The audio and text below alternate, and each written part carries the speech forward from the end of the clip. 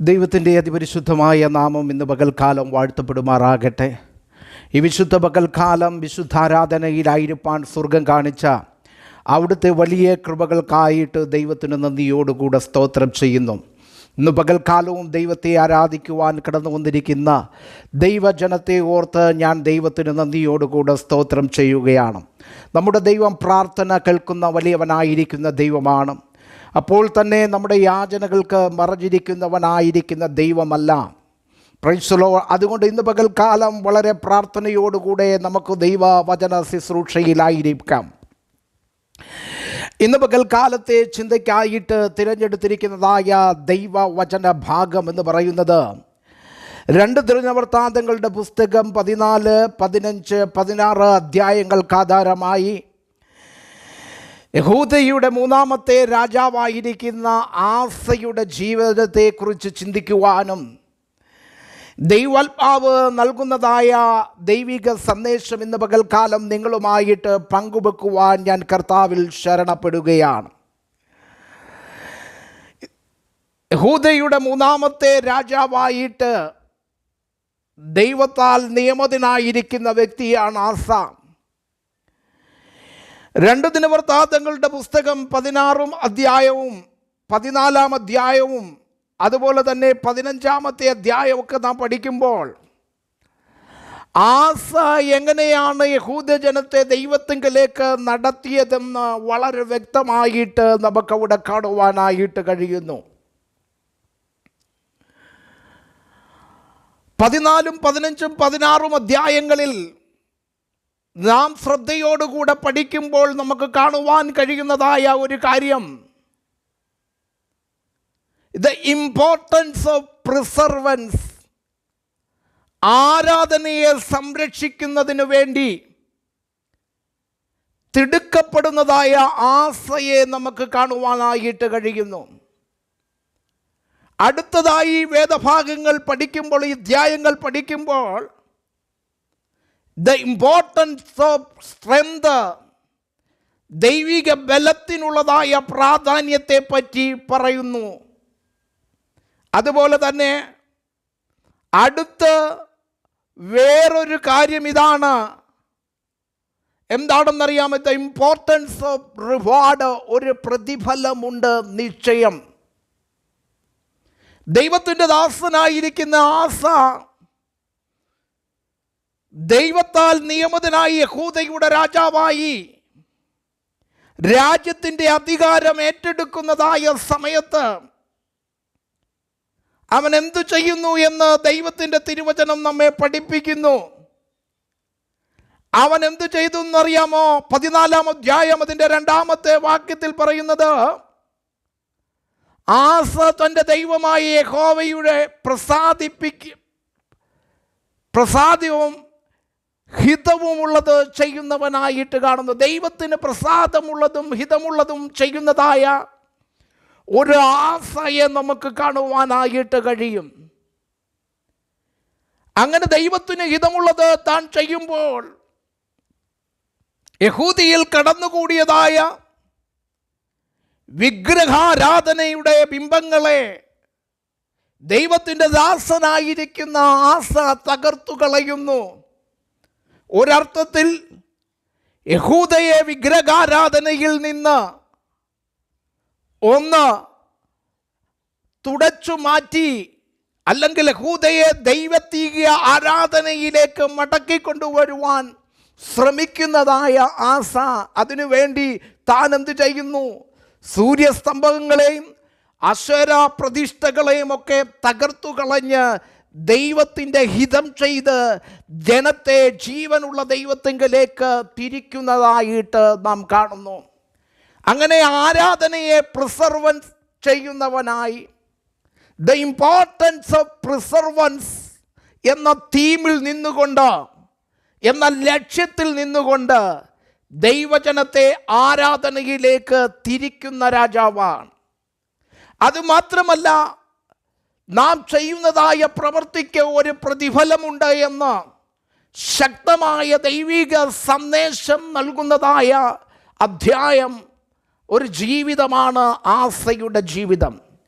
എന്നാൽ ഇന്ന് പകൽക്കാലം ആസയുടെ ജീവിതം നാം പഠിക്കുമ്പോൾ, അല്ലെങ്കിൽ ആ കാലഘട്ടം ഇസ്രയേലിൻ്റെ ജീവിതവും യഹൂദയുടെ ജീവിതവും യഹൂദ ജനത്തെ ഭരിച്ച രാജാവിൻ്റെ ജീവിതവും നാം താരതമ്യം ചെയ്യുമ്പോൾ, ഈ 13, 14, 15, 16 അധ്യായങ്ങളിൽ ആസ തൻ്റെ ജീവകാലത്തൊക്കെയും അവൻ ഏകാഗ്രത ചിത്തനായി ദൈവത്തെ ആരാധിക്കുന്നതോടൊപ്പം തന്നെ ദൈവത്തോട് പറ്റി നിൽക്കേണ്ടതിൻ്റെ ആവശ്യകതയെ താൻ ഈ അധ്യായങ്ങളിൽ പ്രതിപാദിക്കുന്നുണ്ട്. അത് 15-ാം അധ്യായം 2-ാമത്തെ വാക്യം വായിക്കുമ്പോൾ അവിടെ ഇപ്രകാരം കാണും: നിങ്ങൾ യഹോവയോട് കൂടെ ഇരിക്കുന്നിടത്തോളം കാലം അവൻ നിങ്ങളോടുകൂടെ ഇരിക്കും. നിങ്ങൾ യഹോവയെ അന്വേഷിക്കുന്നിടത്തോളം കാലം ദൈവവും നിങ്ങളെ അന്വേഷിക്കുമെന്ന് പ്രബോധിപ്പിക്കുന്നതായ ഒരു വ്യക്തിയെ നമുക്ക് കാണുവാനായിട്ട് കഴിയുന്നു.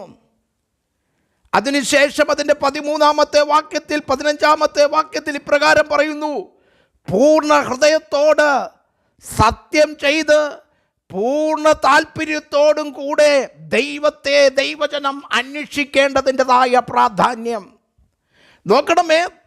കേവലം ദൈവജനത്തെ ആരാധനയിലേക്ക് തിരിച്ചു കൊണ്ടുവന്നിട്ട്, അല്ലെങ്കിൽ അവരെ ആരാധനയിലേക്ക് മടങ്ങി വരേണ്ടതായ ആവശ്യകത പറഞ്ഞിട്ട് അവിടം കൊണ്ടും തൻ്റെ ദൗത്യം നിർത്താതെ ദൈവത്തോട് പറ്റിച്ചേർന്ന് ജീവിക്കുന്നതിലുള്ളതായ അതുകൊണ്ടുള്ളതായ നേട്ടങ്ങൾ, ലാഭങ്ങൾ ദൈവജനവുമായിട്ട് പങ്കുവെക്കുന്നു. അതാണ് നമുക്ക് കാണുവാനായിട്ട് കഴിയുന്നത്. 15-ാം അധ്യായം അതിൻ്റെ 9-ാമത്തെ വാക്യത്തിൽ അവൻ പറയുന്നു: അവൻ്റെ ദൈവമായ യഹോവ അവനോട് കൂടെ ഉണ്ട് എന്ന് കണ്ടിട്ട് ഇസ്രയേലിൽ നിന്ന് അനേകർ വന്ന് അവനോട് ചേർന്നു. പ്രിയമുള്ളവരെ, ഇന്ന് പകൽക്കാലം എന്നെ കേൾക്കുന്ന ദൈവജനമേ, ദൈവം നമ്മോട് കൂടെ ഉണ്ടെങ്കിൽ, അല്ലെങ്കിൽ നമ്മുടെ പദ്ധതികൾ ദൈവത്തിൽ അർപ്പിക്കപ്പെട്ട് ദൈവത്തെ പൂർണ്ണ ഹൃദയത്തോടു കൂടെ അന്വേഷിക്കുന്ന വ്യക്തിയാണെങ്കിൽ, ഇന്ന് പകൽക്കാലം ദൈവത്തിൻ്റെ തിരുവചനം പറയുന്നു: ആസയുടെ കൂട്ടത്തിൽ ദൈവമുണ്ടായിരുന്നു, അവനോട് കൂടെ ജീവനുള്ളതായ ദൈവമുണ്ടെന്ന് മനസ്സിലാക്കി ഇസ്രയേലിൽ നിന്ന് അനേകർ വന്ന് അവനോട് കൂടുവാനായിട്ട് ഇടയായി തീർന്നു. ദൈവത്തിൻ്റെ തിരുവചനം നാം പഠിക്കുമ്പോൾ ദൈവദാസന്മാർ അല്ലെങ്കിൽ ദൈവജനം എപ്പോൾ ദൈവത്തോട് കൂടെ നടക്കുവാൻ, ദൈവത്തോട് കൂടെ വസിക്കുവാനായിട്ട് അവർ തീരുമാനം എടുത്ത് മുന്നോട്ട് പോകുന്നതായ സമയത്ത് അന്യജാതികൾ പോലും അവരോട് ചേർന്ന് നിന്ന് ദൈവത്തെ മഹത്വപ്പെടുത്തുന്നതായിട്ട് നമുക്ക് കാണുവാൻ കഴിയും. പുറപ്പാട് പുസ്തകത്തിൽ നാം കാണുന്നത് ഇസ്രയേൽ ജനത്തെ മിസ്രൈമിൽ നിന്ന് ദൈവം തങ്ങളുടെ വാഗ്ദത്ത ദേശത്തിലേക്ക് മടക്കി കൊണ്ടുവരുവാനായിട്ട് ഇസ്രയേലിന്മേൽ 10 ബാധകൾ അഥവാ അയച്ച് ആ മഹാ അത്ഭുതങ്ങളെ കണ്ട് ഇസ്രയേലിനെ ദൈവം എങ്ങനെ കരുതി എന്ന് മനസ്സിലാക്കിയതായ അന്യജാതിക്കാർ, മിസ്രൈമ്യർ പോലും അവരുടെ യാത്രയിൽ അവരുടെ പങ്കാളികളായിട്ട് തീരുവാനായിട്ട് കഴിഞ്ഞു. പുറപ്പാട് പുസ്തകം പറയുന്നത് ഒരു സമ്മിശ്ര ജനം അവിടെ നിന്ന് പുറപ്പെടുവാനായിട്ടിടയായി തീർന്നു. പ്രിയമുള്ളവർ, ദൈവജനമേ, പലപ്പോഴും നമ്മുടെ ജീവിതത്തിൽ ദൈവിക പ്രവൃത്തി വെളിപ്പെടുമ്പോൾ അത് മറ്റുള്ളവർക്ക് കൂടി ദൈവത്തെ മഹത്വപ്പെടുത്തുവാനും ദൈവസന്നിധിയിലേക്ക് കടന്നു വരുവാനും കാരണമാകുമെന്ന് ഇന്ന് പകൽക്കാലം നാം മനസ്സിലാക്കണം. നാം ആരാധിക്കുന്നവനായിരിക്കുന്ന ദൈവം, നാം സേവിക്കുന്നവനായിരിക്കുന്ന ദൈവം നമ്മുടെ ജീവിതത്തിൽ ചെയ്യുന്ന അത്ഭുതങ്ങളെ തിരിച്ചറിഞ്ഞ്, നമ്മുടെ ജീവിതത്തിൽ ചെയ്യുന്നതായ അനുഗ്രഹങ്ങളെ തിരിച്ചറിഞ്ഞ്, നമ്മുടെ ജീവിതത്തിൽ നാം സേവിക്കുന്ന ദൈവം ജീവൻ ഉള്ള ദൈവമാണെന്ന് തിരിച്ചറിയുമ്പോൾ അനേകർ വന്ന് നമ്മളോട് ചേരുവാനായിട്ടിടയായി തീരും. സുവിശേഷത്തിൻ്റെ ശക്തി അതാണ്, ദൈവവചനത്തിൻ്റെ ശക്തി അതാണ്, ദൈവത്തിൻ്റെ ശക്തി അതാണ്.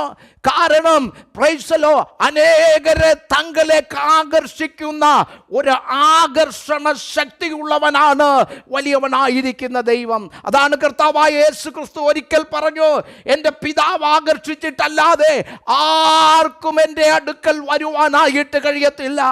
ലോകത്തിൽ ഇന്നത്തോളം പ്രസംഗിക്കപ്പെട്ടിട്ടുള്ളതായ സകല തത്വചിന്തകൾക്കും സകല ജ്ഞാനങ്ങൾക്കും കഴിയാത്തത് ദൈവവചനത്തിന് ഇന്നും കഴിയും.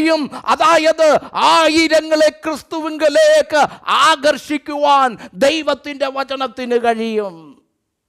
ഇവിടെ ഇതാ നാം കാണുന്നത്, ഇസ്രയേൽ ജനം മിസ്രൈമിൽ നിന്ന് പുറപ്പെടുമ്പോൾ വലിയൊരു സമ്മിശ്ര ജനം എന്തു ചെയ്തെന്നറിയാമോ? അവരെ പിന്തുടരുവാനായിട്ട് ഇടയായി തീർന്നു.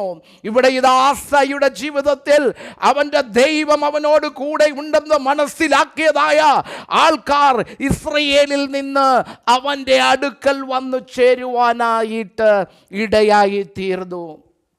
ഇന്ന് പകൽക്കാലം ദൈവത്തിനെ സേവിക്കുന്ന, ദൈവത്തെ ആരാധിക്കുവാനായി കടന്നു വന്നിരിക്കുന്ന ദൈവജനമേ, നമ്മുടെ ജീവിതത്തെ ഇന്ന് പകൽക്കാലം നാം ഒന്ന് വിലയിരുത്തേണ്ടത് വളരെ ആവശ്യമാണ്.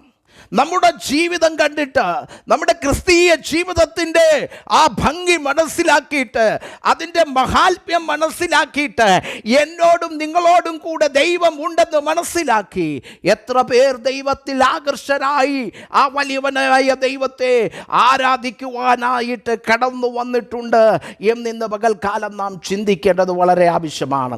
നമുക്കറിയാം, യോശുവ അതുപോലെ തന്നെ മോശ ഒക്കെ ഇസ്രയേലിൻ്റെ നേതൃത്വം ഏറ്റെടുക്കുമ്പോൾ, ഇസ്രയേൽ സഭയുടെ നേതൃത്വം ഏറ്റെടുക്കുമ്പോൾ അനേകർ അവരിലേക്ക് ആകർഷിക്കപ്പെടുവാനായിട്ടിടയായി തീർന്നു. അവർ ചെയ്തതായ ദൈവിക പ്രവൃത്തികൾ, അവർച്ചിലൂടെ ദൈവം ചെയ്തതായ അത്ഭുതങ്ങൾ, വൻ കാര്യങ്ങൾ കണ്ട് പലരും സർവശക്തനായിരിക്കുന്ന ദൈവത്തിൻ്റെ പാദപീഠത്തിലേക്ക് കടന്നു വരുവാനിടയായി തീർന്നു. പ്രൈസലോ, അങ്ങനെയാണല്ലോ യോശുവയുടെ പുസ്തകം 2-ാം അധ്യായം നാം പഠിക്കുമ്പോൾ രാഹാബ് എന്ന വേശ്യ കർത്താവിനെ അറിയുവാനായിട്ട് ഇടയായി തീരുന്നത്. ഇവിടെ നാം അടുത്തതായിട്ട് നാം കാണുന്നത് 15-ാം അധ്യായത്തിൽ 14-ാം അധ്യായം അതിൻ്റെ 2-ാമത്തെ വാക്യത്തിൽ എന്താണ് അവിടെ കാണുന്നതെന്നറിയാമോ? അവിടെ ഇപ്രകാരമാണ് വായിക്കുന്നത്, ആസ തൻ്റെ ദൈവമായ യഹോവയ്ക്ക് പ്രസാദമുള്ളതു ചെയ്തു എന്ന് നമുക്ക് കാണുവാനായിട്ട് കഴിയുന്നു. 14:2 നാം നമ്മുടെ ദൈവത്തോട് കൂടെ ഇരിക്കുമ്പോൾ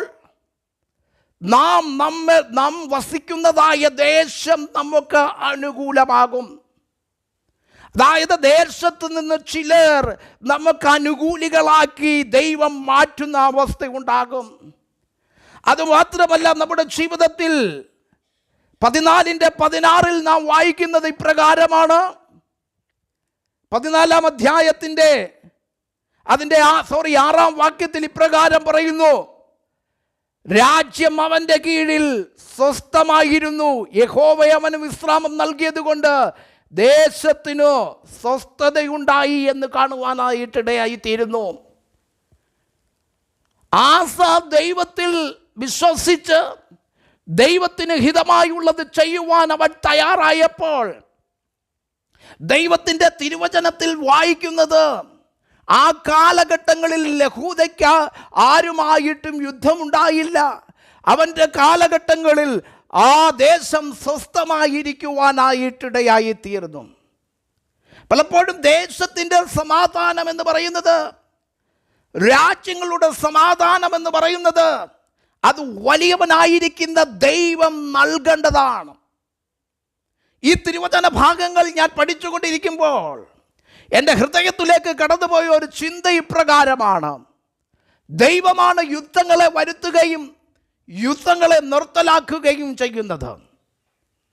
ആസ യഹൂദയുടെ ഭരണം ഏറ്റെടുക്കുമ്പോൾ അവൻ്റെ കാലഘട്ടങ്ങളിൽ ദൈവം ആ ദേശത്തിന് സ്വസ്ഥത നൽകി എന്ന് നമുക്ക് കാണുവാനായിട്ട് കഴിയുന്നു.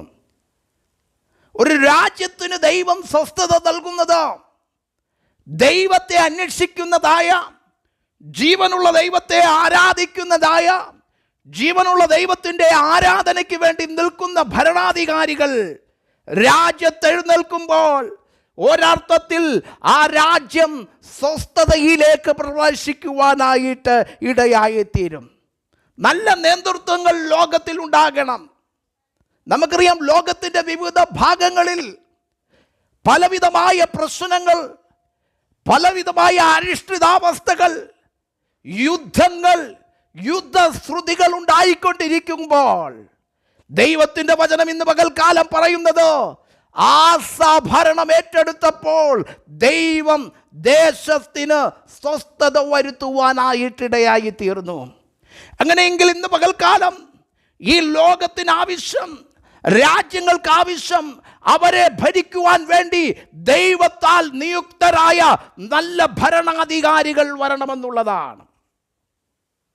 ഇവിടെ ഇതാ ദേശത്തിന് ദൈവം സ്വസ്ഥത നൽകുവാനായിട്ടിടയായി തീരും. ഇന്ന് പകൽക്കാലം പ്രൈസലെ എന്നെ കേൾക്കുന്ന പ്രിയ ദൈവജനമേ, നിങ്ങളുടെ ജീവിതത്തിലേക്ക് വലിയവനായിരിക്കുന്ന ദൈവം കടന്നു വരുമ്പോൾ നമ്മുടെ ജീവിതത്തിൽ ഒരു സ്വസ്ഥതയുടെ അനുഭവം, ഒരു സമാധാനത്തിൻ്റെ അനുഭവം ഈ നാടുകളിൽ ഉണ്ടാകണം. കർത്താവ് ഒരിക്കൽ പറഞ്ഞു, ഞാൻ തരുന്ന സമാധാനം ലോകം തരുന്നത് പോലെയല്ല.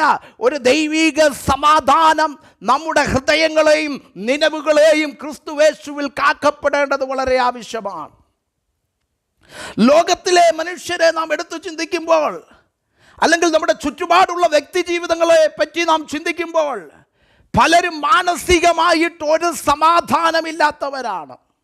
മാനസികമായിട്ട് ഒരു ഉന്മേഷമില്ലാതെ ഭയവികുലരായിട്ട് വ്യാകുലതകൾ പിടിപെട്ട്, ആകുലതകൾ പിടിപെട്ട്, മനസ്സിന് യാതൊരു സ്വസ്ഥതയുമില്ലാതെ ജീവിതം നയിക്കുന്നുവെങ്കിൽ ഇന്ന് പകൽക്കാലം ഞാൻ പറയാം, സങ്കീർത്തനക്കാരൻ 4-ാം സങ്കീർത്തനത്തിൽ പറയുന്നു, ഞാനോ സമാധാനത്തോടെ കിടന്നുറങ്ങും, നീയല്ലോ യഹോവേ എന്നെ നിർഭയം വസിക്കുമാറാക്കുന്നത്. ഭയമില്ലാതെ ഒരു വ്യക്തിക്ക് ഉറങ്ങുവാൻ കഴിയണമെങ്കിൽ, ഭയമില്ലാതെ ഈ പ്രതികൂലം നിറഞ്ഞതായ ലോകത്തിൽ ഒരുത്തൻ ജീവിക്കണമെങ്കിൽ ഇന്ന് പകൽക്കാലം ഞാൻ പറയാം, വലിയവനായിരിക്കുന്ന ദൈവത്തെ കർത്താവും രക്ഷിതാവുമായി സ്വീകരിക്കണം. കാരണം എന്താണെന്നറിയാം, അവൻ മാത്രമാണ് സമാധാനം നൽകുന്നത്. He is a prince of peace. അവൻ സമാധാനദായകനായിരിക്കുന്ന കർത്താവാണ്. പലപ്പോഴും കുടുംബങ്ങളിൽ സമാധാനമില്ല, ജോലി മേഖലകളിൽ സമാധാനം അനുഭവിക്കുവാൻ കഴിയുന്നില്ല, കുടുംബജീവിതത്തിൽ അനുഭവിക്കുവാൻ കഴിയുന്നില്ല. ദേശത്ത് സമാധാനമില്ലാതെ അരിഷ്ടിതമായ അവസ്ഥയിൽ മുന്നേറുമ്പോൾ ഇന്ന് പകൽക്കാലം നമുക്കറിയാമല്ലോ, പശ്ചിമേഷ്യയിൽ എത്രയോ കുടുംബങ്ങളിലാണ് പ്രൈസൽ അവർക്ക് സമാധാനത്തോടെ കിടന്നുറങ്ങുവാനായിട്ട് കഴിയുന്നില്ല. എന്നാൽ ഇന്ന് പകൽക്കാലം എന്നെ കേൾക്കുന്ന പ്രിയ ദൈവജനമേ, ആസ യഹൂദയുടെ ഭരണം ഏറ്റെടുത്തപ്പോൾ വലിയവനായിരിക്കുന്ന ദൈവം ദേശത്ത് സമാധാനം അയക്കുവാനായിട്ട് ഇടയായി തീർന്നു. രാജ്യങ്ങളിൽ, ദേശങ്ങളിൽ, പ്രൈസല കുടുംബങ്ങളിൽ സമാധാനം നൽകുവാൻ വലിയവനായിരിക്കുന്ന ദൈവത്തിന് മാത്രമേ കഴിയുള്ളൂ എന്ന് ഇന്ന് പകൽക്കാലം നാം മനസ്സിലാക്കണം. പ്രൈസലോ, നമുക്കുടെ ജീവിതത്തിൽ പലപ്പോഴും പ്രശ്നങ്ങളുടെയും പ്രതികൂലങ്ങളുടെയും പ്രതിസന്ധികളുടെയും മധ്യത്തിൽ കടന്നുകൊണ്ട് പലപ്പോഴും ജീവിതത്തിൻ്റെ സമാധാനം നഷ്ടപ്പെട്ടവരായി, ജീവിതത്തിൽ പ്രൈസലം മരണത്തെ കാത്തുകൊണ്ട് ജീവിതത്തിൽ ഒരു പ്രത്യാശയുമില്ലാതെ മുന്നോട്ട് നീങ്ങുന്നവരാണ് നിങ്ങളെങ്കിൽ ഇന്ന് പകൽക്കാലം ഞാൻ പറയാം, ഒരു വലിയവനായിരിക്കുന്ന ദൈവമുണ്ട്. ആ ദൈവം പ്രൈസല ഹല്ലേലൂയ ഇന്ന് പകൽക്കാലം നിങ്ങളെ വിടുവിക്കുന്ന ദൈവമാണ്. ആ ദൈവം നിങ്ങളെ ഇന്ന് പകൽക്കാലം പ്രൈസല ഹല്ലേലൂയ നിങ്ങൾക്ക് വേണ്ടി വഴി തുറക്കുന്ന ദൈവമാണ്. നമുക്കറിയാം, അപ്പോസ്തല പ്രവർത്തികളുടെ പുസ്തകം 16-ാം അധ്യായത്തിൽ പൗലോസും സീലാസും ദൈവസന്നിധിയിൽ പ്രാർത്ഥിച്ചപ്പോൾ കാരാഗ്രഹത്തിന്റെ അടിസ്ഥാനങ്ങൾ കുലുങ്ങി, കൈമേലുള്ളതായ ചങ്ങലകളൊക്കെയും വീണ് ഹല്ലേലൂയ അടിഞ്ഞു വീഴുവാനായിട്ടിടയായി തീർന്നു. അവിടെ നാം കാണുന്നത് കാരാഗ്രഹ പ്രമാണി പ്രൈസൽ ഹല്ലേലൂയ തന്നെത്താൻ കൊല്ലുവാൻ വാളെടുക്കുമ്പോൾ പ്രൈസലോ അവനോട് ദൈവദാസന്മാർ പറയുന്നതായ ഒരു കാര്യമുണ്ട്, നീ പ്രൈസൽ ഹല്ലേലൂയ അവനെ സ്വന്തം ഹല്ലേലൂയ തടവുകാർ ഓടിപ്പോയിരിക്കുമെന്ന് വിചാരിച്ച് തന്നെത്താൻ പ്രൈസ് ദി ലോർഡ് ഹല്ലേലൂയ ജീവിതം അവസാനിപ്പിക്കുന്നതിന് വേണ്ടി ആ ശ്രമിച്ച മനുഷ്യനോട് പറയുന്നത്, ഞങ്ങളെല്ലാവരും ഇവിടെ ഉണ്ട്. ഞാൻ പറയട്ടെ, കാരാഗ്രഹം കുലുങ്ങിയപ്പോഴും സമാധാനത്തോടിരിക്കുവാൻ ഇവരുടെ മനസ്സിൽ ആ സമാധാനത്തെ കൊടുത്തവൻ ആരെന്നറിയാമോ? ഇന്ന് പകൽക്കാലം ഞാൻ പ്രസംഗിക്കുന്നവനായിരിക്കുന്ന ക്രിസ്തുവാ. പ്രതികൂലങ്ങളെ കണ്ട്, പ്രതിസന്ധികളെ കണ്ട് പ്രൈസ് ദി ലോർഡ് നാം പ്രൈസ് ദി ലോർഡ് ഭയവികുലരായിട്ട് തീരരുത്. കാരണം പ്രൈസ് ദി ലോർഡ് വലിയവനായിരിക്കുന്ന ദൈവം ഇന്ന് പകൽക്കാലം നമ്മുടെ മധ്യത്തിലുണ്ട്. തന്നെത്താൻ വാളെടുത്ത് പ്രൈസ് ദി ലോർഡ് ഹല്ലേലൂയ കൊല്ലുവാനായിട്ട് ശ്രമിച്ച, തീർക്കുവാനായിട്ട് ശ്രമിച്ച മനുഷ്യനോട് പറഞ്ഞു, പ്രൈസ് ദി ലോർഡ് കർത്താവായ യേശു ക്രിസ്തുവിൽ വിശ്വസിക്കുക, എന്നാൽ നീയും നിന്റെ കുടുംബവും രക്ഷ പ്രാപിക്കുമെന്ന്. ഇന്ന് പകൽക്കാലം അവൻ അവരെ സമാധാനത്തോടെ കൈക്കൊള്ളുന്നതായിട്ട് അതിൻ്റെ തുടർ ഭാഗങ്ങളിൽ വായിക്കുമ്പോൾ നമുക്ക് കാണുവാനായിട്ട് കഴിയും. ഇന്ന് പകൽക്കാലം എത്ര വലിയ പ്രശ്നങ്ങളിലൂടെ നീ കടന്നുപോയാലും പ്രൈസ് ആ പ്രശ്നങ്ങളുടെ മധ്യത്തിൽ പ്രൈസ് ദി ലോർഡ് നിനക്ക് സമാധാനം നൽകുന്ന, നിന്നെ സന്തോഷത്തോടെ നയിക്കുവാൻ കഴിയുന്ന ഒരു വലിയവനായിരിക്കുന്ന ദൈവമുണ്ട്. അതാണ് ഞാൻ പ്രസംഗിക്കുന്നവനായിരിക്കുന്ന ക്രിസ്തു. ഇവിടെ ഇതാ ആസ പ്രൈസ് ദി ലോർഡ് തീരുമാനമെടുത്ത് ജനത്തെ ആരാധനയിലേക്ക് നയിച്ചപ്പോൾ, അവൻ്റെ അടുക്കൽ അനേകർ വന്നു കൂടിയപ്പോൾ, അതിനുശേഷം നാം കാണുന്നത് ആ ദേശത്ത് സ്വസ്ഥത ഉണ്ടാകുവാനായിട്ടിടയായിത്തീരുന്നു. പലപ്പോഴും നമ്മൾ എന്ത് ചെയ്യുന്നറിയാമോ? മറ്റുള്ളവരുടെ ജീവിതത്തിൽ സംഭവിക്കുന്നത് കണ്ട് നാം ഭയവികുലരാകാറുണ്ട്. നാം പലപ്പോഴും നമുക്ക് പ്രൈസ് ദി ലോർഡ് ഹല്ലേലൂയ ചില പ്രശ്നങ്ങൾ നമ്മുടെ ജീവിതത്തിലേക്ക് കടന്നു വരുമ്പോൾ ആ പ്രശ്നങ്ങളെ അഭിമുഖീകരിക്കുവാൻ കഴിയാതെ വേദനപ്പെടുന്ന, വ്യാകുലപ്പെടുന്നതായ അവസ്ഥകളുണ്ട്. ഞാൻ പറയാം, നമുക്കറിയാമല്ലോ, മോശയുടെ ജനന സമയത്ത് ഇസ്രയേൽ ഇസ്രയേൽ മക്കൾക്ക് ജനിക്കുന്നതായ സകല ആണിനെയും നൈൽ നദിയിൽ എറിഞ്ഞ് കൊന്നു കളയണമെന്നുള്ളത് പ്രൈസ് ദി ലോർഡ് ആ കാലഘട്ടങ്ങളിലെ രാജകൽപ്പനയായിരുന്നു. ഒന്ന് ചിന്തിച്ച് നോക്കിക്കേ. നൈൽ നദിയിലെ ജലത്തിന് ഒരു കഥ പറയുവാനുണ്ട്, ഒരു അനുഭവം പറയുവാറുണ്ട്. ഇസ്രയേലിൻ്റെ തലമുറയൊക്കെയും ഇതിൽ വന്ന് പതിച്ചവരെ പ്രൈസ് ദി ലോർഡ് ഈ നൈൽ നദിയുടെ ആഴങ്ങളിൽ മുക്കിക്കൊന്ന ചരിത്രമാണ് പ്രൈസ് ദി ലോർഡ് നൈലിലെ ജലത്തിന് പറയുവാനുണ്ടെങ്കിൽ, ഇന്ന് പകൽക്കാലം ഞാനൊരു കാര്യം പറയാം. എന്നാൽ എല്ലാവരെയും കൊന്ന ചരിത്രം പറയുന്ന നൈൽ നദിക്ക് മോശ എന്ന് പറയുന്നതായ ബാലനെ രക്ഷിക്കേണ്ടതായിട്ട് വന്നു. ഞാൻ പറയട്ടെ, ചുറ്റുപാടുകളെ നോക്കി ഭയവികുലരാകരുത്. അവരുടെ ജീവിതത്തിൽ സംഭവിച്ചതുപോലെ തന്നെ എൻ്റെ ജീവിതത്തിൽ സംഭവിക്കുമെന്ന് പറഞ്ഞ് നീ ഭാരപ്പെടരുത്. ഞാൻ പറഞ്ഞില്ലേ, നൈലിൻ്റെ ആഴങ്ങൾക്ക് ഇസ്രയേലിൻ്റെ ബാലന്മാരെ കൊന്ന ചരിത്രമാണെങ്കിൽ, മോശ വീഴുമ്പോൾ അതേ നൈൽ നദി അവന് വിടുതലായിട്ട് മാറുകയാ. ഇന്ന് പകൽക്കാലം മറ്റുള്ളവർക്ക് സംഭവിച്ചതുപോലെ എൻ്റെ ജീവിതത്തിൽ സംഭവിക്കുമെന്ന് പറഞ്ഞ് പേടിച്ചിരിക്കുന്ന വ്യക്തി ജീവിതമേ, അവർക്ക് സംഭവിച്ചത് നിന്റെ ജീവിതത്തിൽ സംഭവിക്കുവാനായിട്ടല്ല ദൈവം നിന്നെ തെരഞ്ഞെടുത്തത്.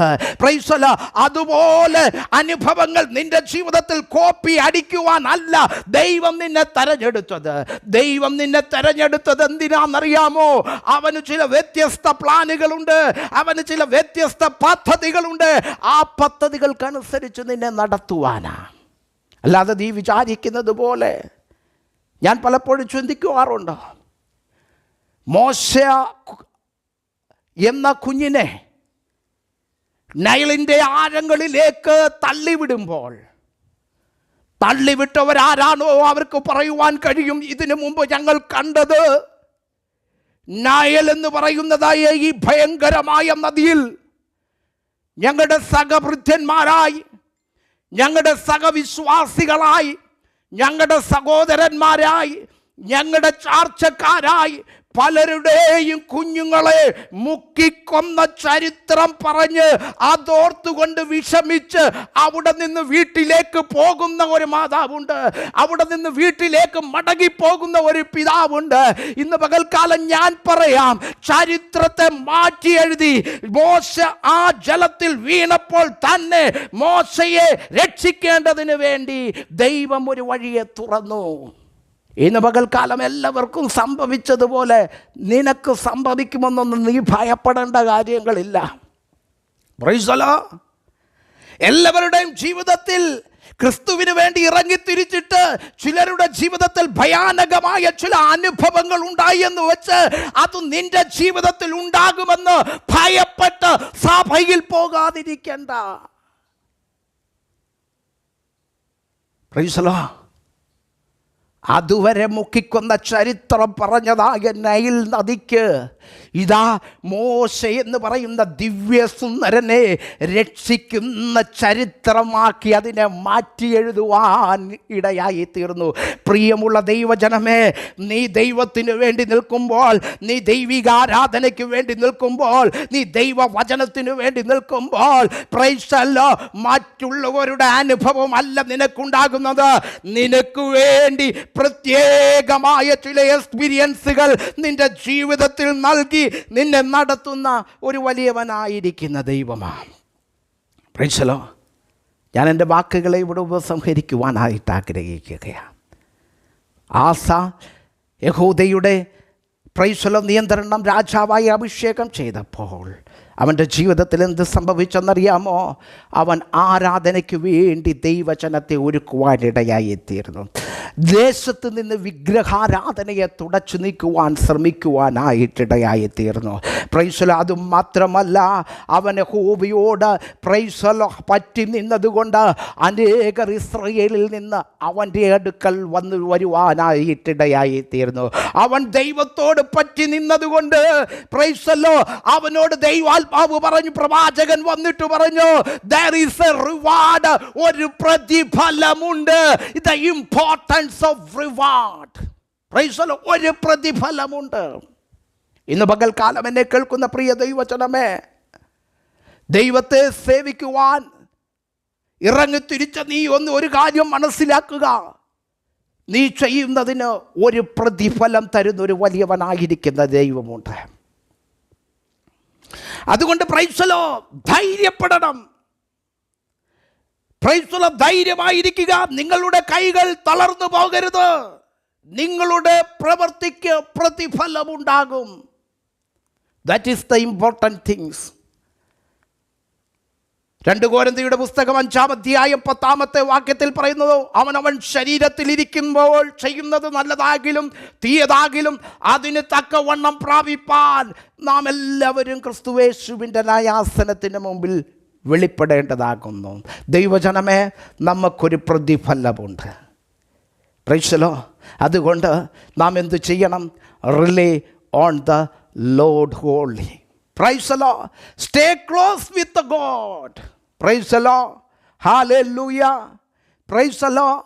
നമ്മുടെ വിശ്വാസ ജീവിതത്തിലേക്ക് നാം ഇറങ്ങിത്തിരിച്ചപ്പോൾ, ഒരുപക്ഷെ കുടുംബക്കാർ പോലും എതിരാകുമ്പോൾ, നാം സത്യത്തിന് വേണ്ടി നിലനിൽക്കണമെന്നുള്ളതാണ് ആസയുടെ ജീവിതം നമ്മെ പഠിപ്പിക്കുന്നത്.